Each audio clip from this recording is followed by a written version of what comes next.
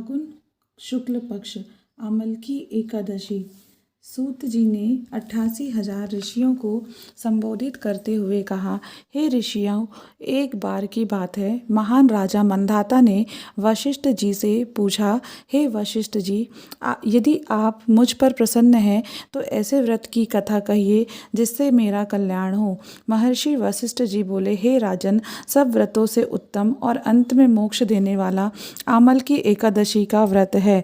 राजा मंधाता ने कहा, हे मुनिवर, इस आमल की एकादशी के व्रत की उत्पत्ति कैसे हुई? इस व्रत के करने से की विधि क्या है?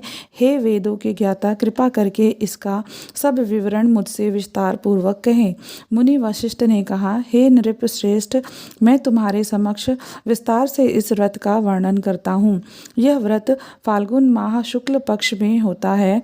इस व्रत के फल से समस्त पाप नष्ट हो जाते हैं। इस व्रत का पुण्य 1000 गौ दान के फल के बराबर है।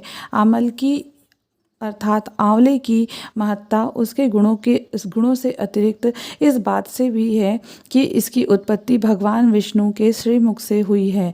अब मैं आपसे एक पुण्य फलों को देने वाली पौराणिक कथा कहता हूँ, उसे ध्यानपूर्वक सुनो।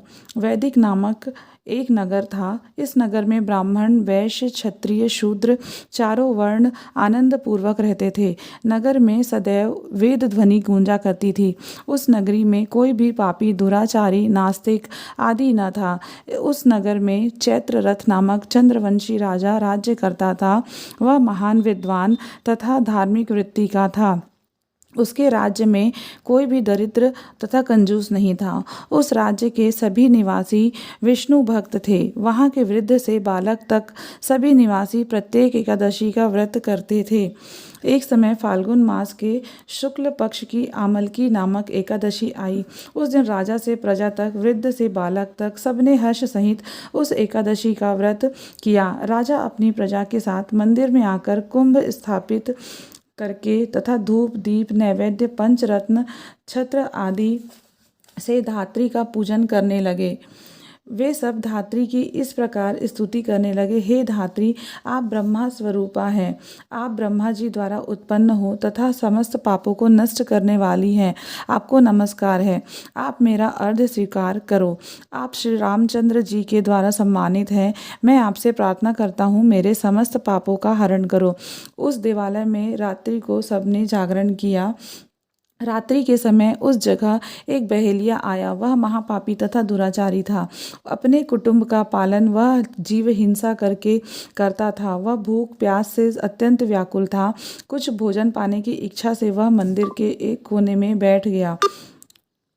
उस जगह विष्णु भगवान की कथा तथा एकादशी महात्म्य सुनने लगा। इस प्रकार उस बहेलिये ने समस्त रात्रि अन्य लोगों के साथ जागरण कर व्यतीत की। प्रातः काल होते ही सभी लोग अपने अपने घर को चले गए। इसी प्रकार वह बहेलिया भी अपने घर चला गया। वहां जाकर भोजन किया। कुछ समय बीतने के पश्चात वह बहेलिया की मृत्यु हो गई। उसने जीव हिंसा की थी। इस कारण हालांकि वह घोर नरक का अधिकारी था, किंतु उस दिन आमल की एकादशी के व्रत तथा जागरण के प्रभाव से उसने राजा विदुरथ के यहाँ जन्म लिया। उसका नाम वसुरथ रखा गया। बड़ा होने पर चतुरंगिणी सेना सहित तथा धन धान्य से युक्त होकर 10 सहस्त्र का पालन करने लगा। वह तेज में सूर्य के समान, कांति में चंद्रमा के समान, वीरता में विष्णु भगवान के समान तथा क्षमा में पृथ्वी के समान था। वह अत्यंत धार्मिक, सत्यवादी, कर्मवीर और विष्णु भक्त था। वह प्रजा का सम्मान भाव से पालन करता था। दान देना उसका नित्य का कर्तव्य था। एक दिन राजा वसुरथ शिकार खेलने के लिए गया। देवयोग से वन में वह रास्ता भटक गया और दिशा का ज्ञान न होने के कारण उसी वन में एक वृक्ष के नीचे सो गया। उसी समय पहाड़ी डाकू वहां आए और राज्य को अकेला देखकर मारो मारो का उच्चारण करते हुए राजा वसुरथ की ओर दौड़े। वह डाकू कहने लगे कि इस दुष्ट राजा ने हमारे माता पिता, पुत्र पौत्र आदि सभी संबंधियों को मारा है तथा देश से निकाल दिया है। अब हमें इसे मारकर अपने अपमान का बदला लेना चाहिए।